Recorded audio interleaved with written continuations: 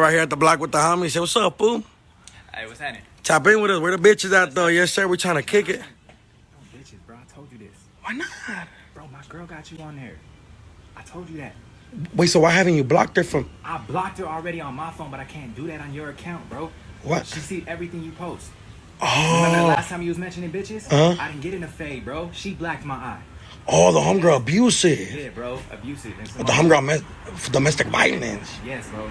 But fool, but your horse will be my horse and my horse will be your We horse. won't have no horse if we both dead, bro. How the fuck we gonna play that role if we both dead? Oh, she trying to 187 type shit? Bruh, double homicide. Yes. Murder was the case? Murder was the case. The homegirl death row, but Bro. then just leave her, fool. She's probably weird, fool. I've been trying to, She's a bro. weirdo, fool. It's like I'm addicted to this shit. I don't know. I can't explain it to you, bro. You're addicted to bitches punching you in the face? It's easier said than done, bro. I can't. I don't know, bro. Why you scared of her? Bro, you would be Look at scared your of- face. You look scared.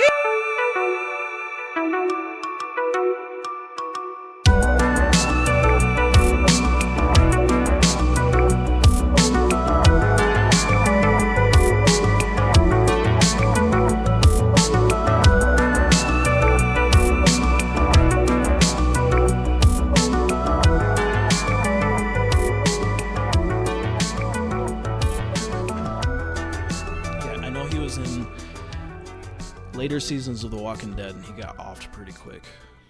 You know, I think I do recognize. I can see the poster in my mind. I never saw those Walking Dead seasons. No, the dad from Hereditary is from a movie that has been an episode on this very podcast. He's the lead character. Oh, in Miller's the mob Crossing. movie, Miller's Crossing, yeah. Yeah, Gabriel Byrne, just a real chill guy. Yeah. In this movie. Actually, he wasn't in The Walking Dead. I'm thinking about somebody else. Yeah, you're thinking of that guy. Thinking of a guy with glasses. Yeah. White guy with gray hair and glasses. Yeah. The one with the barbed wire? Bat? No, not Negan. Oh, you're thinking of that guy. No, not Negan. Not Negan. I know. You're thinking of the other guy. I'm thinking of the husband of the lady from the town that they go to. It's a white guy with glasses. I don't That's know, all you man. need to know. Fucking white people all look the same to me. Yeah, he was in Miller's Crossing. Speaking of whites, we're reviewing Hereditary. Another Mopey Whites Learn Lessons movie. From A24, the Mopey Whites Learn Lessons. Don't fuck with Production demons. company.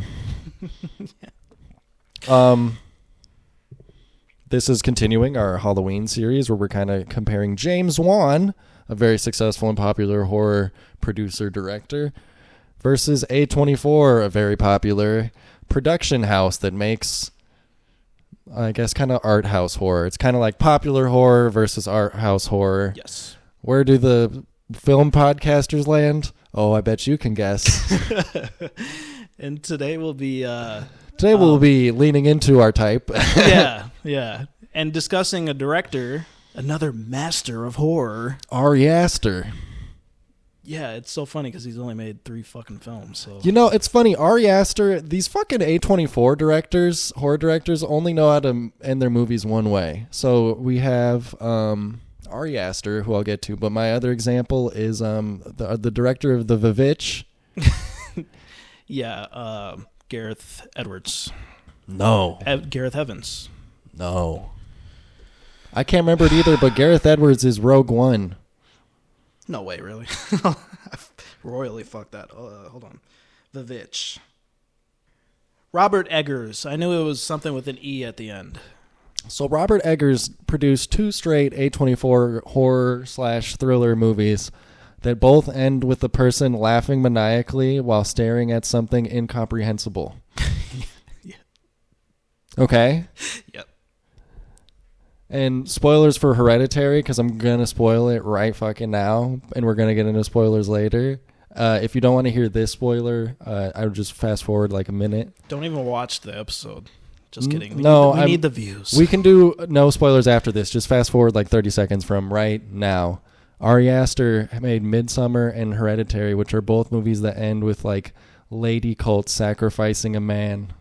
And the man like staring into the camera. Yeah. I haven't seen Midsommar. Yes, Midsummer ends with a man being sacrificed wrapped in a bear skin. Are they trying to say something? So I'm just saying, maybe these A24 directors are ripping themselves off constantly, and somebody needs to call them out, and I guess I'm that guy. But Hereditary is a story, if you haven't seen it, about like a nuclear family. We got a husband, a wife, 2 kids, son and daughter. Son's a little older. They're both teenagers. We can't call them a nuclear family because the wife works. She's got I a suppose. But whatever. Standard hetero couple of whites. job. Yes. With weird kids. But something's up with this family.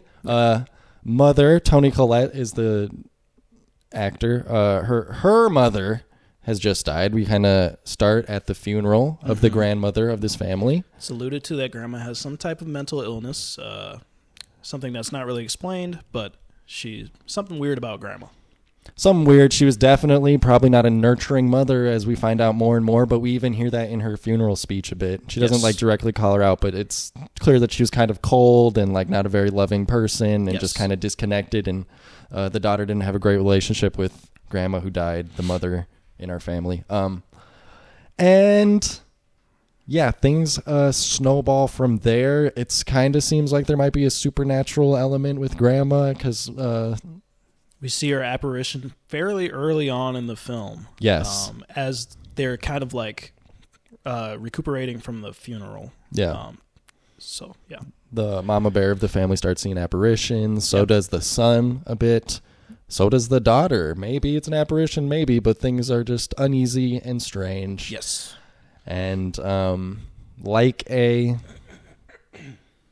just about every A24 horror movie, it's a horror movie that is actually really a family drama about like mental illness and the passing on of mental illness to your children. Yeah, and tragedy. Mm-hmm. And how that can just kind of tear a family apart. Yes. And it's kind of the opposite of our previous episode, The Conjuring, which is a movie that insists it's a spooky horror movie, like very early on, and keeps insisting, aren't you scared? Aren't you scared? Yeah. And this movie kind of refuses to be a horror movie for like a really long time. Yeah. I might even say a little too long. Yeah. But it really spends a long time setting stuff up before things really get like truly into the horror realm. It does a very good job of making you feel uncomfortable, especially in a lot of the dialogue scenes. I'm thinking specifically the dinner table scene. It just feels like something you shouldn't be watching. And that's very interesting. And I haven't really felt that way. Maybe sometimes in like Tarantino movies because it's just so rich in dialogue. But the conversations in this just feel very real. And yeah, it's really interesting. Is there something on your mind? Just seems like there might be something you want to say. Peter. Like what? I mean, why would I want to say something so I could watch you sneer at me? Sneer at you? I don't ever sneer at you. Oh, sweetie, you don't have to. You get your point across. Okay, so fine, then say what you want to say then. Peter. I don't want to say anything. I've tried saying Okay, so things. try again, release yourself. Oh, release you mean? Yeah, fine, release me, just say it. Just fucking say it. Don't you swear at me, you little shit! Don't you ever raise your voice at me! I am your mother! Do you understand? All I do is worry and slave and defend you, and all I get back is that fucking face on your face! So full of disdain and resentment and always so annoying. It's beautifully shot. There's kind of a theme going on where the mom, she's a maker of like model towns. Yeah, she's like sort of like an artist. She's got making something for a gallery, and it's all like miniatures, and they're kind of all based on her real life. And she's got like these people calling her all the time, like because they have a deadline for when she needs to be done with these projects and stuff. So yeah. Yeah, and that's kind of where everything jumps off, and it's really hard to talk about this movie without doing more spoilers. I recommend it, but it is a slow build. Yes. So, and it is not very conventional. It is kind of near the end, but it spends a lot of time being more of a family drama than it does spend being a horror movie. So if that is not your bag, hey, there's The Conjuring. There's The Conjuring 2.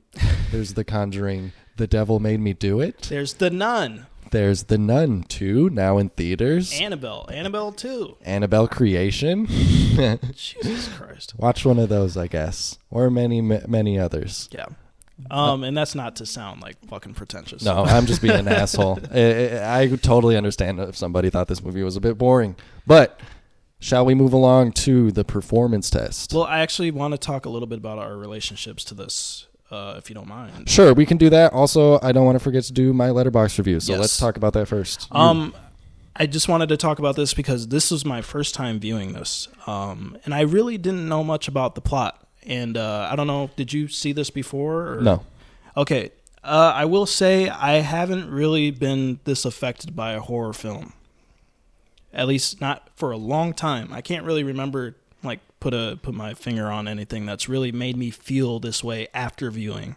It's very, very eerie, and it's just like oppressive. And I was thinking about it a lot afterwards, and that's how you know you did your horror movie right. You know, when it kind of sticks with you after. And I'm not gonna lie, I had a hard time sleeping, not because I was scared, but I was like kind of wired and like a little bit like anxious, you know? So talk about changing biology. I know we mentioned this before, but yeah, that's... Yeah, the moments that changed my biology, there's one that's a big spoiler that happens pretty early on. Yeah. And there's a very eerie image towards the end that is, in The Conjuring would have been a quiet bang moment, but it stays quiet the whole time. And for me, it makes it's not a surprise moment, it's a spine tingler. It makes you go, oh no. Yeah. It's disturbing. I think that's the right word for it. It made me want to take a shower.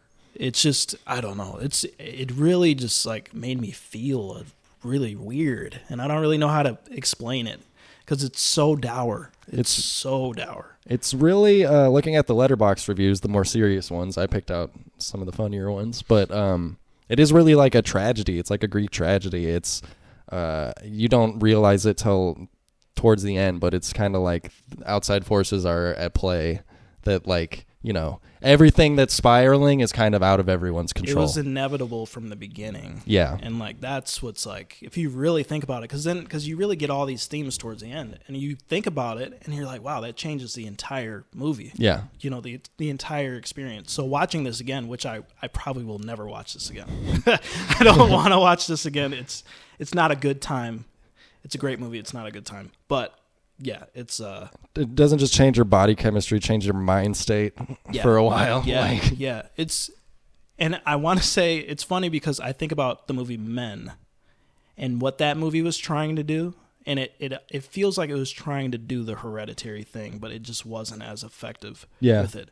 It gave you a lot of creepy imagery, but not a lot of substance with the characters.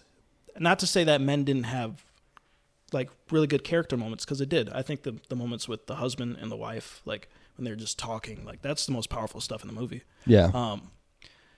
But I don't know, when you just stick so long with these characters, and it's very real. I don't know how to explain it. I think this is the time when I would say more like continued viewings of this. Maybe I understand it a little bit more and be able to like explain these feelings a little bit, but I don't think I'll ever watch this again. So yeah. It was the performance of a lifetime. I guess with that, let's move into the performance test, as we'll talk about our favorite scenes, actors, and moments. Let's maybe start out by just calling out some of the great acting. Toni Collette, who I mentioned before, is the mother. She is amazing. She hits many very different like registers. Sometimes she's quiet and calm. Sometimes she's manic. Sometimes she's frazzled. Sometimes she's scared, and sometimes she's angry. Yeah. And all of it feels very real and feels very yeah. If you've ever seen somebody having a manic episode, it just like kind of hits a chord. So for sure. And you know, this is one of those movies where I wish that the Oscars recognize horror films, because she absolutely probably like one of the best performances I've seen in a long time. Yeah. She definitely deserved all the awards. So she put her heart and soul into this role. The whole cast is great. Alex Wolff, who plays the son, is also really good and has to do a lot of different things. I thought he was going to be an asshole. Yeah. Judging from the trailer, I thought this kid was going to be an asshole, but I resonated with him the most. He was the most like innocent character in this. Yeah. And it was like all this stuff, like he had no control over it. And that was the scariest aspect of it. Like, one of the, I think I just read this on a Letterboxd review, that this is the story of a lamb sacrifice from the perspective of the sacrificial lamb. it's like the story in the Bible of what's his face who tried to Sacrifice his son? Yeah. Yeah. It's like his perspective, the son's perspective. The son's perspective. He has a lot to do. I'm thinking particularly, well, I still don't want to spoil it, but he has a lot of notes to hit, and he's a great actor. Gabriel Byrne plays the dad. He's the guy from Miller's Crossing. He's really, like, the father character is also very tragic and also very, like, he's just trying to be the glue that keeps this place together. Yeah. Maybe you could argue he's a little underwritten, but I think, like, he's just a calm person and a calm presence, and, like, he's just trying to make it through. Because usually it'd be like the emotionally absent father who's kind of like a dick. You know what I mean? But he really does care for his children. He cares for his wife, too. Like, he's always comforting. And I thought that was a really interesting character trait for that type of character. And he never, like, turns to be, like, when he puts his foot down, it's like, I am making decisions for us for the sake of everyone. Yeah. It is never like, I'm being vindictive or you've done all this shit to me now and now I'm angry. He's still, like, putting the family in, like, what he thinks is best for, like, safety and sanity, really. Right. Is the steps he takes. And then we have Millie Shapiro as Charlie, the daughter. Yes. She's really good. She's a smaller part, but her presence is felt in the entire movie. Yeah. And then towards the end, you kind of understand, like, her character a little bit more. And I feel like we can't talk about this without spoilers. This is true. So let's just go, like, unlock the wild spoilers from here. Yeah, I think right here, if you have not seen Hereditary and you want to go in with a fresh set of eyes without any preconceived knowledge, stop the video here, go watch it, come back. Oh, also, I want to shout out, I was just looking for a name, Ann Dowd as Joan, the friend that befriends the mother at the, the meeting, not the AA meeting, but like just like the grief counseling. Yeah, grief counseling help group. She's really great. Her character also takes a turn, so. Yeah. All phenomenal acting, phenomenal movie. Recommended, but it's a slower burn, so be warned. Spoilers. So we start with the funeral, right? And at the beginning of this movie, it really seems like it's hinting towards, like, so grandma's dead, and the daughter had a special bond with grandma. And it seems like, is grandma haunting her? Is she haunting the mother? Mm-hmm. I was kind of thinking there'd be, like, a sisterhood, like a 3-generational, like, hereditarily, these 3 girls are, like, in touch with each other. Yeah. Type of, like, haunting movie. They have some type of psychic, like, paranormal aspect to them or something. Yeah. Yeah. And then we'll say that storyline gets cut off. Yeah. Suddenly when... No pun intended. So our mother character is really overbearing, and you can tell, like, a little mentally ill, probably a little anxious, probably a little this and that, various clinical descriptions. And she's just, like... You get the sense without any big blow-ups that she's just kind of controlling and oppressive to be around. Mm-hmm. And in that vein, she, the son asks to go to a party, and then she says, okay, but you got to take your little sister with. Little sister does not want to go, but she makes the son drag her along. You are going to this, hey, socks off. You're going to this party with your brother. What party? Some school hangout with other kids. That's okay. No, it's not okay. You're going. Why? Because it'll be fun, because you get to hang out with other kids. With who? And with your brother, with other kids.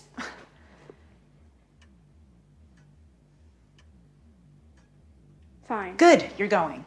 She's going with you. Great. Now this really means no drinking. Yeah, I really wasn't going to. And they didn't go the route that I thought, where he was going to be like fighting against that. Because he was and that goes to show his character too. Going back to like that innocence factor, like he's a good kid. Yeah, he smoked some weed and looks like chicks' butts, but like who didn't do that? Yeah. You know what I mean? Like he's like his sins are very classic teenager. Just like worst thing you can say about him is he smoked some weed and he drove. Yeah, but he's not like a dick to his sister, which would be the trope in The Conjuring. You know what I mean? Like it's The sister, it's established she has a nut allergy. Buddy is at this party, and I thought it was really funny. He has this girl he likes, and he offers to smoke weed, and he's like, okay, I'm gonna go, and he leaves the sister behind, tells her to eat some cake. She thinks this is gonna be his one-on-one time, and I love that he walks in the room and there's like two guy friends, and she's like, Peter's got weed. That's a nice little like realistic touch. Like I've, as the weed guy of my friend group for a while, I ran into that a couple times. We're like, shit, this is not the situation I thought I was walking into. Weed is a community effort. And by that, they mean everybody smokes my weed. So that was really funny. While she's away, she starts going into shock. Her lungs start collapsing. Eventually, they leave. He's driving on the way to the hospital, speeding, and she sticks her head out the window to try to get air and gets beheaded by a light pole. Because he swerves, because there's like a deer carcass in the road, and he swerves. Yeah, it was, yeah. This is like 35 minutes in the movie, and all of a sudden you're like, I don't know where this is going. Yeah. Zero idea.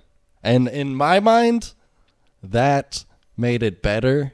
And I think for a different movie brain, people will be like, well, now what the fuck? Yeah. You know? Yeah. There's ways to subvert expectations, and then there's Star Wars The Last Jedi. Yeah. How you feeling? Feeling pretty good. Nice. Feel like about to start rapping. 1, 2, skip to 3. Back in blood. Yeah, so the little sister gets beheaded, and we're like, I don't know where this goes. And the son's acting really shines in the moment right after this, because how do you process something like that? No, I definitely think there was a better way to go about this. I think maybe he should have called an ambulance. You know? You probably should have done something, but I just mean when she was like going into like shock. Yeah. Yeah, in the moment, the immediate aftermath, the way he just like first he like thinks he's like, this is a dream, I'm gonna wake up, and then he doesn't, and then he just kind of goes into a trance state and dissociates. Yeah, and drives home, goes to bed, and just leaves the body to be, because the head is off somewhere on the side of the road and the body's still in the backseat of this car. But I think if it goes in line with his character, because later on he does a lot of dissociating, where he just, when his mom is going manic, he kind of just stares, and he doesn't know how to process. And so it's like a, what's the word? It's like a self-defense mechanism. Self-defense mechanism. Or a coping mechanism. Yeah. Just, yeah, how would you deal with that? And maybe that's alluding to maybe he's dealt with this kind of thing before with his mother. You know what I mean? Well, there is one traumatizing story that we get told from the mother's perspective, mm-hmm. Where the mother confesses to her friend Joan, who she makes, that there was, or was this to a counselor? I forget, but she's speaking to someone, and she says, she used to sleepwalk. I used to sleepwalk, and one day I woke up and she covered the kids in paint thinner and herself, and she was about to light a match, and she woke up as she was lighting the match. Yeah.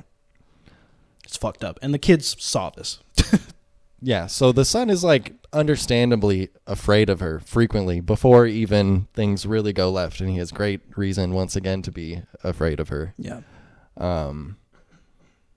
And I think the strength of Ari Aster, it seems, and I didn't like Midsommar when I first watched it. I might need to revisit it since I like this so much and see if I see it with new eyes. But I thought he's kind of got two things he does really well with the writing, because he wrote these movies. He's really good with a big monologue. Mm. There's a great monologue where mom's at the support group, and she just unravels all this shit about her mother and her family and like the trauma that she carries. My name's Annie. Hi, Annie.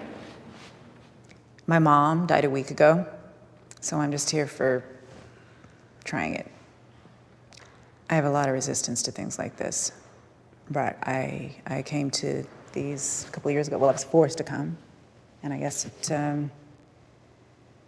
it helped. So my mom was old, and she wasn't altogether there at the end, and we were pretty much estranged before that. So it really wasn't a huge blow, but I did love her. And she didn't have an easy life. She had DID, which became extreme at the end, and dementia. And my father died when I was a baby from starvation because he had psychotic depression. And he starved himself, which I'm sure was just as pleasant as it sounds. And then there's my brother. My older brother had schizophrenia. And when he was 16, he hanged himself in my mother's bedroom. And of course, his suicide note blamed her, accusing her of putting people inside him. So that was my mom's life. It just stops the room, and and everybody's just like jaw on the ground. Well, and there's moments where you think she's done, but she just keeps going, and it's yeah. They're very riveting. The shouting match at the dinner table is kind of just two monologues where they both unearth exactly how they feel about each other in the situation, where she blames the son for killing her daughter, and he's tired of her just being a bitch, basically, like being. Well, I mean, it's like it also that dream sequence where she kind of comes forward with her real feelings about her son, where she didn't want him, you know. Yeah. And so, like, he kind of knows this subconsciously, and so like his slow realization to this is kind of like, yeah, it's heavy stuff, and everything comes out really. It all still feels like earnest, and it feels raw, and like they're screaming at each other, and it's like, and it feels real. Like not a lot of big emotional monologues with like start with like, "Don't you fucking raise your voice at me, you little shit." Yeah. Which is like, maybe close to home. Like maybe that's how your parents really snap at you, you know, when you're a teenager. Is like, it's like that. It's usually not some like grandiose thing. It's grandiose tirade. It's like, shut the fuck up and listen to me, you little shit. I'm your mom. Shut up. You have nothing to say to me. Like, this is over, you fucker. Yeah. So, and then also, I think there's lots of simple conversations, like when they're talking each other, the mom's talking them into bringing the little sister up, where there's a lot being said that's unsaid. Yeah. Where there's like a lot of subtext that is delivered in simple lines, and like you, without the big explosion, you also get the sense that this mother is just this abrasive and like she automatically doesn't trust her son. And that's never, I mean, we don't really see him do anything untrustworthy, you know what I mean, other than he smokes some pot, but it's like he hasn't done anything to her, like he doesn't really. But it's like, it's that motherly thing where it's like they see your face and they see these looks that you give, and they like, you know, they think certain things. It's like, yeah. Well, he also is going to a party that's not like, he's going to a party where people are drinking. Like it is that also that thing where your mother is one step ahead of you and like kind of knows when you're bullshitting her. Yeah. But she also like, sometimes she's right and sometimes she's not. Right. But she's equally confident each way. Right.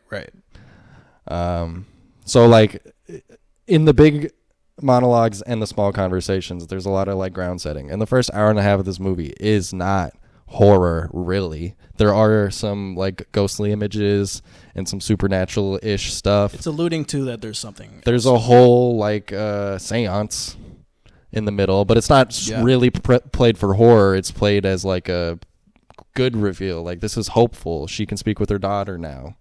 Yeah. You know? Yeah. Until that slowly twists and we realize what that seance actually was. So, I don't know. Did you fully understand everything that happened at the end? Because as this turns and gets more supernatural and more of a horror movie, I lost the thread a little bit. And ultimately, I didn't particularly care, and I got the gist, I think. But there are certain details where, as it was unfolding, I was like, hold on, what? You know? So I think, I'm going to try to explain this best I can from what I have like kind of realized. I think, so the cult, obviously, they worship this demon. He's alluded to be this king of hell. I forget the actual name of the demon. I don't really want to say it either. You know, It sounded like Paragon or Palagon or something Paladon like that. or something like that. But they worship him, and they're trying to find him a vessel, and he needs a healthy human male vessel. And so if they're able to conjure the spirit into this body, by doing so, they'll be rewarded in wealth and power and etc. But the thing is, with this demon, it was already manifested into the body of Charlie, The daughter. And so alluding to, and this is going back to what I was saying, how like that realization at the end changes the entire movie. You know, this little girl was not a little girl. You know, she may have had that subconscious aspect to where she was still in there a bit, but it was this otherworldly thing, you know, and so that the demon didn't want that body, and so it was almost like I saw it as a suicide when she stuck her head out the window, in a way, because the demon wanted to be released from the body so that it could further. And she spends the first 30 minutes of this movie doing weird shit, but you're like, what's going on? Like, she sees a dead bird and cuts its head off, and she's always clicking her teeth, and she's like, just doing all kinds of, she's drawing strange pictures, and there's just, you're like, something's up. An empty vessel, basically, or like a human void of human emotions. Yeah, she's really sulky and just kind of like, what's going on with you? With some interdimensional demon in her body. Like, it's... So yeah, that kind of, and it's all like, it's not convoluted, but it's very hard to follow, I think. But I think that aspect of the cult is very interesting, and that's how I explain the ending, right? It's pretty straightforward with that, because there's exposition lady at the end who kind of like explains stuff as like they're doing the ceremony. So yeah, so. That's true, and the grandma was a part of this cult. She was like, I saw they called her Queen something. It was like the embroidered name under her picture. So she was obviously like the head of this cult, or like the matriarch or whatever. And in the middle of this, and during like all different sequences of this movie, we see little like words that aren't like real English words, which we later figure out are like incantations that are like cursing this family, and they're like etched into the walls. But the mother sees this, and so that I was like, does she know about this? Like, maybe it's like suppressed memories. Like, there's a reason why she didn't want to have a son. At least subconsciously there was a reason, because she mentioned this. She didn't want to have him, and it was almost like she was trying to protect him because she knew it was going to happen, or I don't know. Because, I mean, if you grow up with your mother and you know your mom's a fucking lunatic, and you probably realize why. I mean, eventually, you know, I don't know. She obviously knew something was off with her mom, because she freaked out in the end. You know what I mean? Well, yeah, and she pieces it all together when she finally looks through the photo book and realizes the lady that befriended her at support group is also in all these pictures with grandma, but I don't remember ever meeting her, and that seance that they do together, which Joan, the woman, she portrays it to Annie as, this is going to be a great thing. You can recommune with your daughter. Yeah. Her dead daughter, who is the dead demon, Paragon, Peloton. But what actually this ceremony is doing is like sealing the rite of passage, or like starting the process or whatever. Yeah. It was funny, that scene when... you know, she's communicating with her grandson, the lady. I was like, did she have a conversation with the demon before about, okay, you got to write, like, I love you, grandma, and stuff? I don't know. I just thought that was kind of funny. Like, how do you, like, make a plan with a demon? You know what I mean? I like the part where she's like, okay, now you can do it at home. Just read these words. They're just some weird language. Just don't worry about it. Light these candles and make sure you have all your family members here, okay? Just make sure this all goes well, you know? You got to do it the right way. Yeah. And it's like not really clear. Like, the mother seems to be subconsciously taking part in this ritual. Yeah. Yeah. Like, she, in essence, makes the dad kill himself. She thinks the dad is going to kill her. There's this whole thing with this book she needs to burn. But when the first time she burned the book, her arm starts on fire. So she knows if she burns it, something, that's going to happen. She thinks she's going to like burst into flames when this book is thrown in the fire. She talks her husband into doing it, who's like, lady, you're a lunatic, but is like, whatever, fuck it, I'll do this. He throws it in the fire, and then the dad bursts into flames. And then she goes into the treehouse and is just part of the ritual after that. Well, like, did you notice the light that keeps flashing? So that's the demon, and that's how it enters bodies. So it's like you see that light flash after her husband bursts into flames, and you see her expression change. And then that's when the demon has entered her body, and it's using her as a vessel to get to the sun. Oh, yeah. And she ends up making the sun jumps out of the window. But that's after she cuts her head off, or as she's cutting her head off. Holy shit, I forgot. And he jumps out the window in fear. This shit is wild. Yeah, it's really hard to wrap your mind around, like, what the fuck is going on. But, yeah, I don't know. I will say it is a phenomenal scene when the son wakes up, like, after the dad has died, and the mom is just, like, floating haughtily through the, like, in the back of the frame, in the corner, she's just hanging there like a spider. And then instead of, like, jumping up and scaring her, she just floats her way out of the room like she's swimming. Yeah. And then silently haunts behind him as he moves on to the next part of the house. Oh, and then the guy comes out and you see his dick.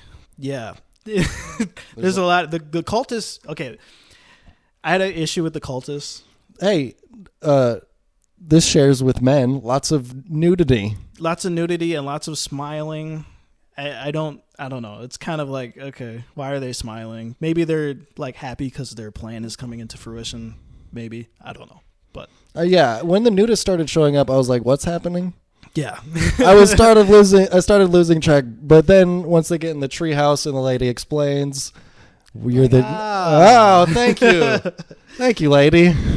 Yeah, it's I don't know. And I don't want to watch this again to try to figure it out. But you have to watch an explainer video on this one.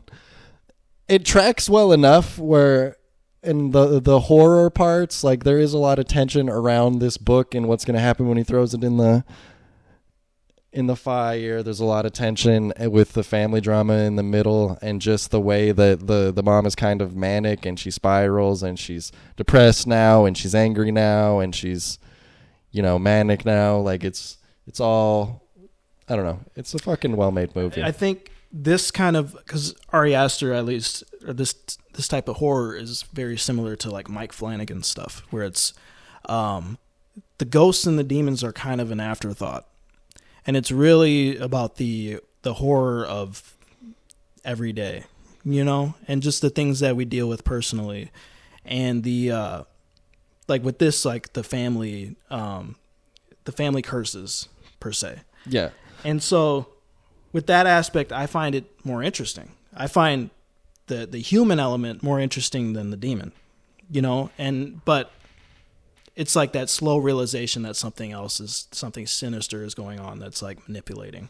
And it's, yeah. Yeah. And I saw some reviews that were like, I wish it just kind of played it more straight and didn't turn into the horror direction, where it for a long time it does just kind of seem like there is actually nothing wrong here besides what's obviously wrong with this family, where it's like this mother probably needs some medication / counseling, and like this family's just traumatized from the sudden death of, because nobody's that sad about grandma dying. We didn't really mention that, but nobody really cares much about grandma. Except for Charlie. Yeah. But then at the end you realize there's reasons for Charlie to be upset about that. And there's reasons for like, so it was alluded to that grandma like really like coddled Charlie and really held her close, even though she didn't want Charlie to be a boy, or she didn't want Charlie to be a girl. Yeah. But that's because there was a demon residing in this.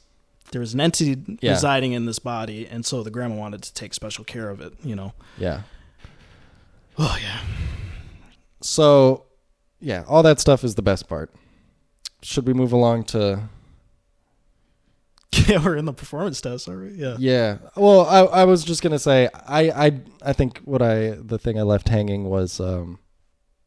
some people didn't like when it turned the more horror direction, and I feel like it almost took a little too long, but I like that it like waited that long. And I don't think it would have worked if we didn't have the like sudden shock in 30 minutes in of the beheading of the daughter, where you're like, I don't know what the fuck. Right. So like it's kind of like a reset button right there, where you kind of get to set the table again. Yeah.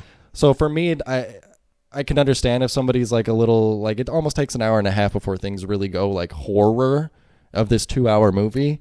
And I can understand somebody being a little disappointed in that, or also alternately saying like they didn't go the full way with the family drama and they just decided to fall back on horror. But for me, I think it's a really good combo, and it like adds another layer where like you were saying that like there are things in the beginning that make sense only in the light of the end. So like it will mean something different upon a rewatch. Yeah. So the way things are, like, it needs all that time to set up for a reveal. Right. And I almost want to say maybe it would have been a better, like, a more effective route to go of like the confusion on whether or not the mom is really manic or not. And maybe like it's like the confusion for the audience where it's like, okay, is she really seeing paranormal stuff or is she just batshit crazy? You know what I mean? Maybe it would have been more effective in that route, but let's move along to It's an Art, Bro. What's this? It's an art project. Okay, I like it. Picasso. Yeah, that way. This is where we talk about the specifics of the filmmaking process, sets, effects, lighting, sort of like aspects of the filmmaking process specifically. I think the intro is very interesting, where we are panning around all these miniatures that Mom is building, and then we zoom in slowly into one house where somebody seems to be moving, and then it just zooms all the way in, and we're in the son's room, and the movie just starts from there, which I don't think is something you're supposed to take literally. It's not like, oh, they were in the dollhouse the whole time, but it's just a fun, like, eye-catching, eye-popping transition. I think it's interesting from the viewer's perspective because it's literally us. We're literally watching, going into their world, you know what I mean? Or like, yeah. I think it kind of does set the tone of the sort of like unreality of everything that's about to happen. Like, right. Feels very like in a Twilight Zone. Yeah.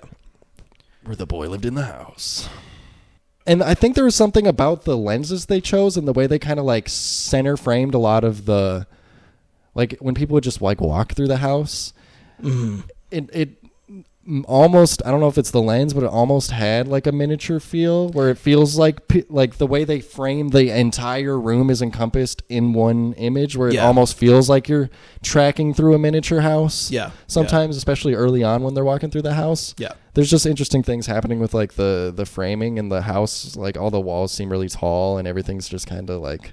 But it makes you feel like cold. Like maybe it's like that. It's like cold. Yeah. Yeah. It's not a comfy feeling.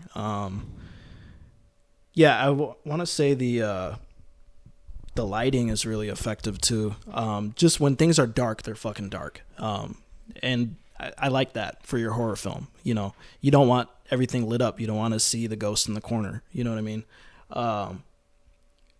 And especially like whenever the light is on in the treehouse, it's just an eerie looking shot. It's like a red light that just comes out of one singular window. It's kind of like, what's going on in there? Why is that light? I don't know. It's just not. It's weird. And the first time you see it, like you're like, whoa, what the hell's going on in there? And then it goes in there and it's like, oh, easy explanation. The heaters, the like fan heaters they use to stay warm in there are on and they glow red. Yeah. And then it comes back around to like, no, actually a demon portal. Yeah.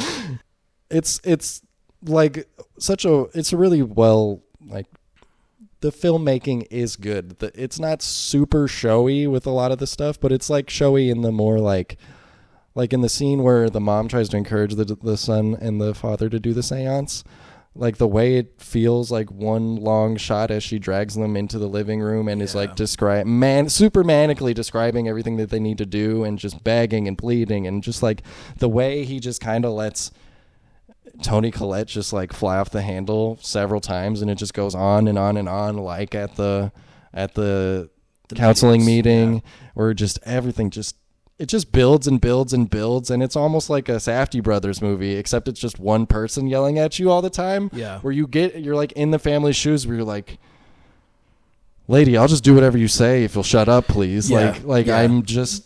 It's kind of like you just got to let them do it. You know what I mean? Because getting in the way is only going to make things worse. Kind of thing. Yeah. And it's just, it puts you in the shoes of this family dealing with this overbearing person that's, the mother of this family. That's a key part of their life. Yeah. Yeah.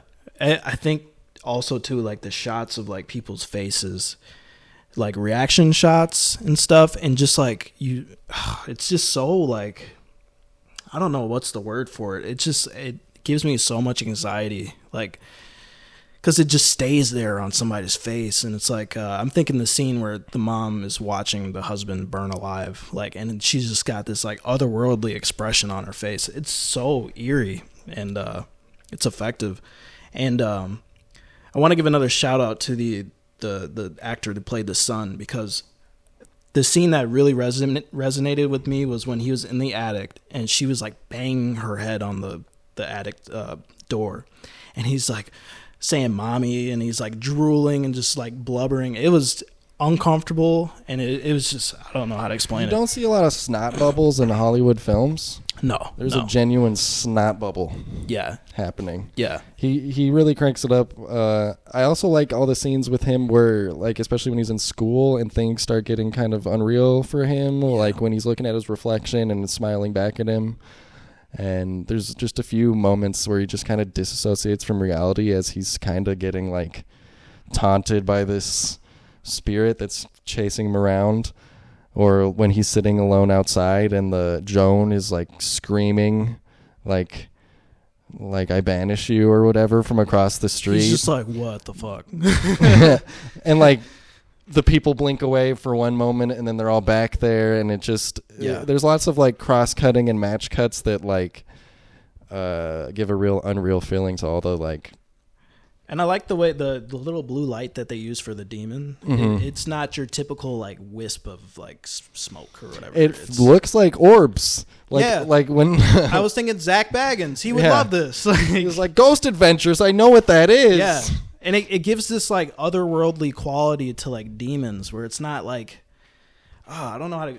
It's like kind of reminding me of like cosmic horror again, where it's just like this thing we don't have any idea like the concepts of it and what it uses the light for, like how it manifests itself. It just is, you know what I mean? And so that's an interesting way to handle your demon. You don't see Bagul, you know? Except for the very end, and when Toni Collette is very manically trying to explain everything about this movie, which I think is intentionally like too much for the audience to take in, especially the first time. Yeah. And she's getting some of it wrong, and she doesn't remember some of it. The Conjuring from last week was constantly explaining you exactly what was happening with the supernatural scares. This movie under-explains it, or does it in a way where it like whips right past your head and you're still like confused. And I think it's intentional, where you are kind of just supposed to be like it's okay, like it's a demon, it's supernatural, and I don't get the purpose, but this is all like it's building. It's not here's our nightly spook. Yeah. It's building to something the whole time. Yeah. What are you doing?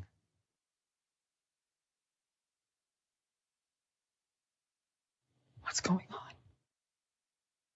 You were sleepwalking. I'm sorry. Is Charlie here? Why are you scared of me? What? I never wanted to be your mother. Why? I was scared. I didn't feel like a mother. But she pressured me. Then why did you have me? It wasn't my fault. I tried to stop it. How?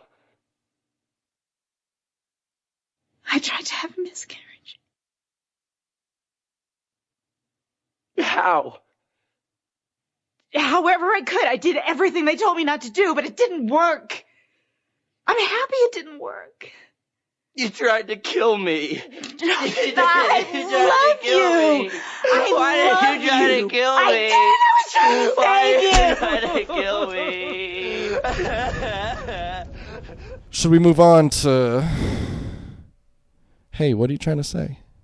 All right, let me just get that last measurement on your Thank you. You know, I need this for the wedding. Okay, well, I need it really quickly. Like it could take about a week to do. It could take a week? Mm-hmm. So, what are you trying to say? He's trying to say that I'm so big, my bum is so big, you need to order to various countries far away to get enough material to make a pair of pants so I can fit my incredibly obese buttocks into a pair of your specially made little suit. No, I mean I'm the only one working here this week. Oh, okay. Yeah, so I think we touched on this a little bit in the beginning, just like, I mean, the movie is called Hereditary. So it's it's really about mental illness and like the passing on of that biologically to your children, and even just like the matriarchy of mothers and just like their effects on their children, and how, like, I mean, because they have a deeper connection to their children than even fathers do, because they carried them in the womb, you know? Yeah. So there's that aspect. The father is more protective, you know, as his role is, you know, and the mother is a lot more emotional in her connection with her children. And so there's some interesting themes with that, and just like the relationships that we have with our parents, and then and the sins of the father, sins of the mother, that kind of thing. Yeah, I think it's got some pretty obvious things to say about like parentage, just because in the very beginning when mom is giving the eulogy for grandma, she's kind of also, you figure out, talking about herself, because she talks about her being kind of like a little cold and manipulative and like a woman with secrets. She's mom is also constantly keeping secrets and lying about where she's going. She constantly saying she's going to the movies, and every time she leaves, she is never at the movies. Yeah.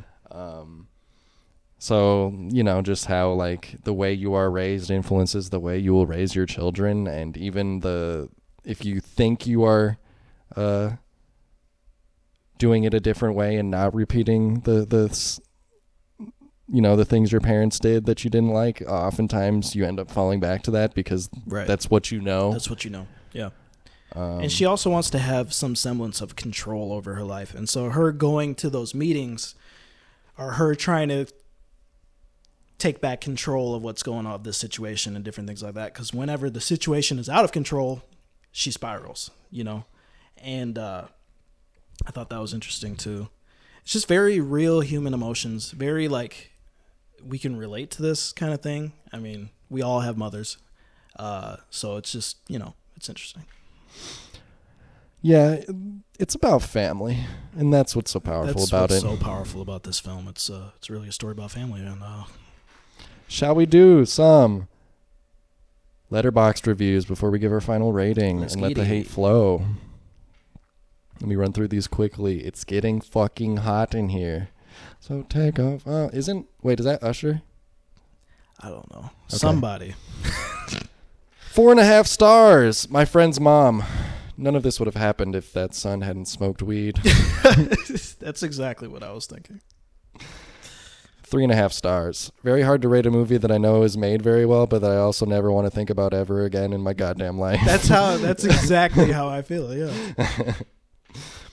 After watching this film, I think I can answer Michael Jackson's question and say, without a doubt, that no, Annie is not okay.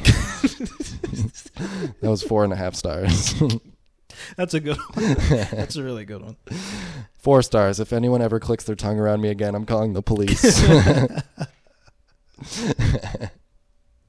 Those are the Hereditary reviews. None of them were horny.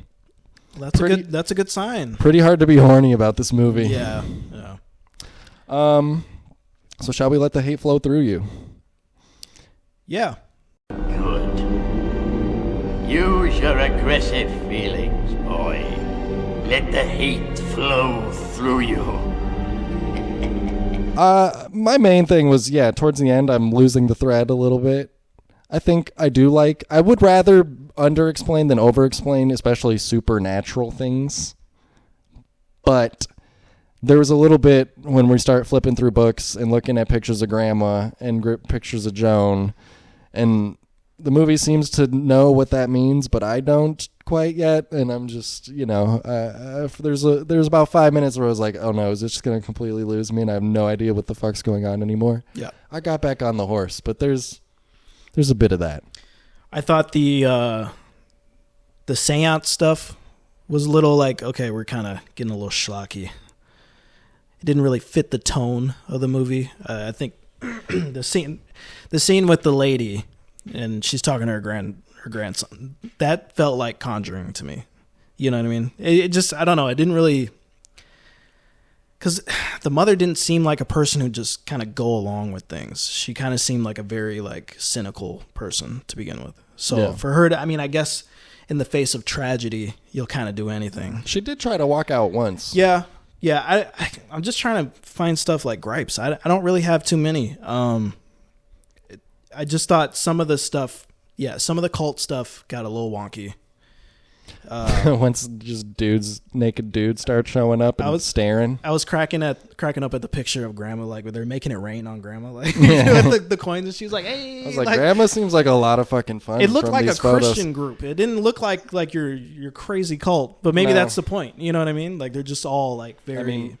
Joni radicalized. is a smiling face. She seems like a loving, like just wants a friend to make a friend and be a kind person, but she is not. She is cynical. But I guess the goal of this cult was to be rich, old people. You know, I guess. Know.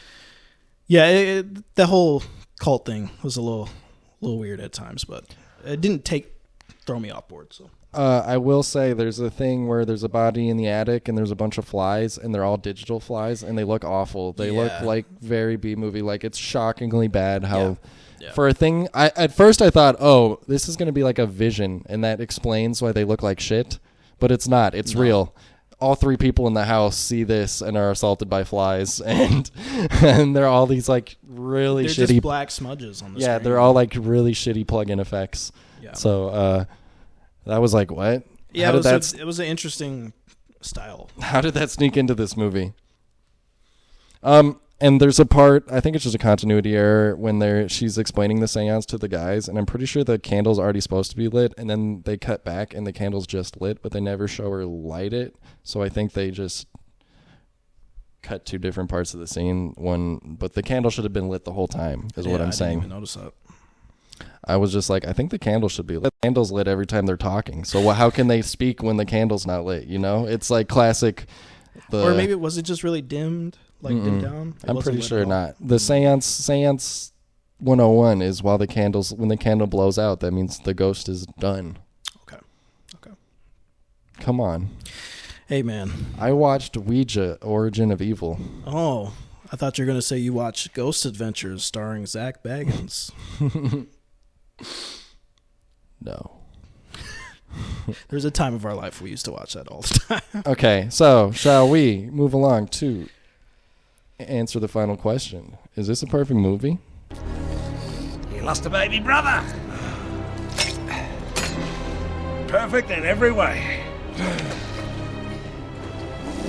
I had a baby brother. I had a little baby brother. And he was perfect. Perfect in every way. I am inclined to say no. I don't know. It's a very effective, well-made horror. One of the better horror movies I've seen in a long time. At least the ramifications of it that it did to me, like I just felt really off after watching it, and that's not something that happens often. So. Yeah, I would say I would vote to put it on the purgatory list because I think it has the potential to be a perfect movie, but I just watched it last night and I feel like I need a little more distance from it. Like, do I still think it's really great? Yeah. In a few months or whatever, you know? Yeah. I think that might be the answer. I just need a little time. No, I definitely agree with that. I think because we put Men on the purgatory list, and like you said, this is like better than Men and treads a lot of the same water. Yeah. It also had, I don't know, it's just that it's a little too arty for me. I don't know. What, Men? No, I mean this one, both of them. Hereditary. I mean, they're just it's a little bit too much, and it's not. I don't know. It's not that I was going into this expecting a good time because I wasn't. You know what I mean? But I don't know. It just. I mean, I appreciated that it was like, no, everyone's fucked. Like, it's a tragedy. Everything's gone. Like, compared to The Conjuring, watching those back to back, it just like the stakes is so different. Yeah. You know? Yeah. They're two completely opposites.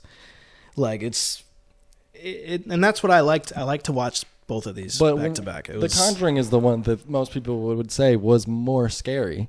But for me, it was like, I know it's resetting after every spook. Yeah, yeah. So in this movie, was as soon as girl gets her head lopped off by a light pole, you're like, nobody's safe. I mean, and the visuals just stick with you. I mean, when you see her head being like devoured by ants, like that's like, oh my God, it's skin crawling and it's disgusting and it's, yeah. Oh no, Dustin from Stranger Things. They have they have the same syndrome. That's why. Oh, they do. Okay, they do look similar. My dumb brain. Well, that's the only reason I make that joke is because that's the sequence of events I came to that conclusion. I was like, who does she look like? I was like, oh yeah, Dustin from Stranger Things. Oh, Dustin from Stranger Things has the something dysplasia. He's got the no collarbone. Yeah, it causes you to lose teeth. And they have I don't know, there's something with the facial structure that's similar. Yeah. So it felt a little exploitive for that actress. I was going to say, yeah, because she's like a demon vessel in hindsight. I'm like, is that why her face is like that? Because that's messed up. Yeah, you know? Like, yeah. And I haven't seen her in anything after this. She's good. She's actually really good. Yeah, and so it kind of felt like, it's like using your, like, the freak show kid or something. You know what I mean? Like, it's kind of fucked up. But maybe. I hope she finds some good work. Maybe she has. Well, are we doing Purgatory or do you just want to say no? I don't I'm care down for either Purgatory. way. I think it deserves a spot somewhere. Okay. Let's see what's on the Purgatory list. We're going to have to clean this up at some point. Yeah. Oh my gosh. I almost passed out just sitting up just then.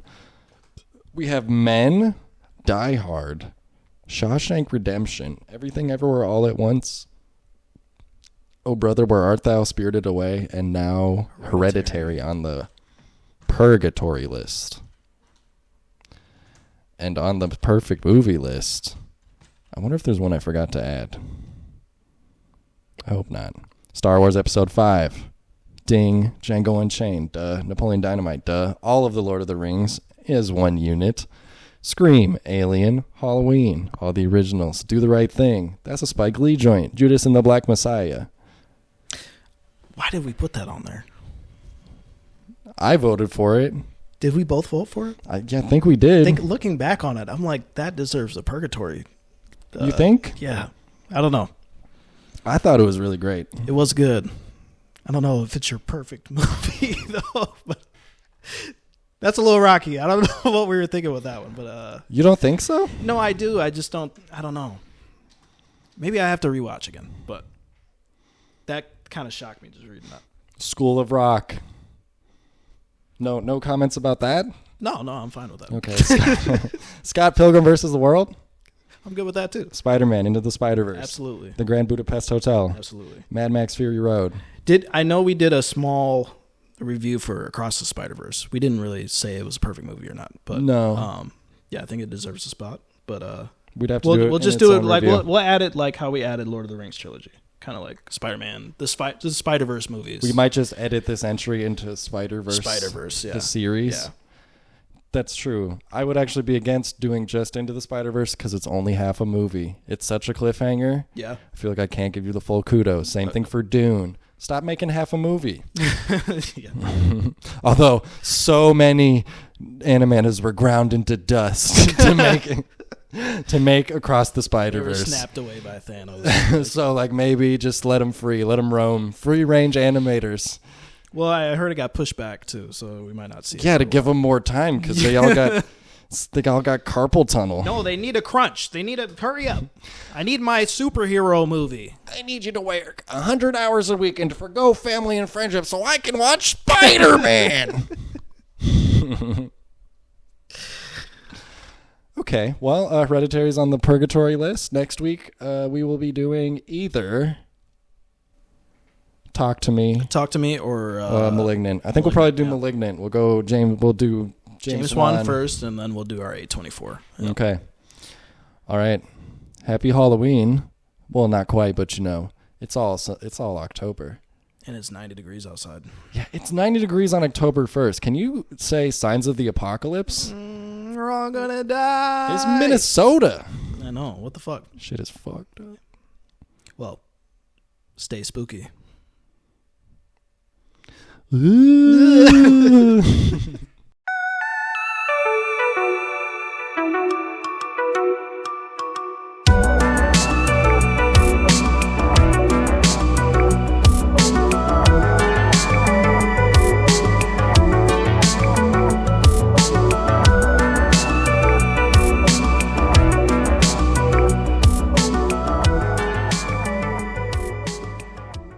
The reason I'm here is to help you so that my death will not be in vain, that my life's work will help save some other poor soul from getting mutilated. If this killer does come back and he's for real, there are a few things that you gotta remember.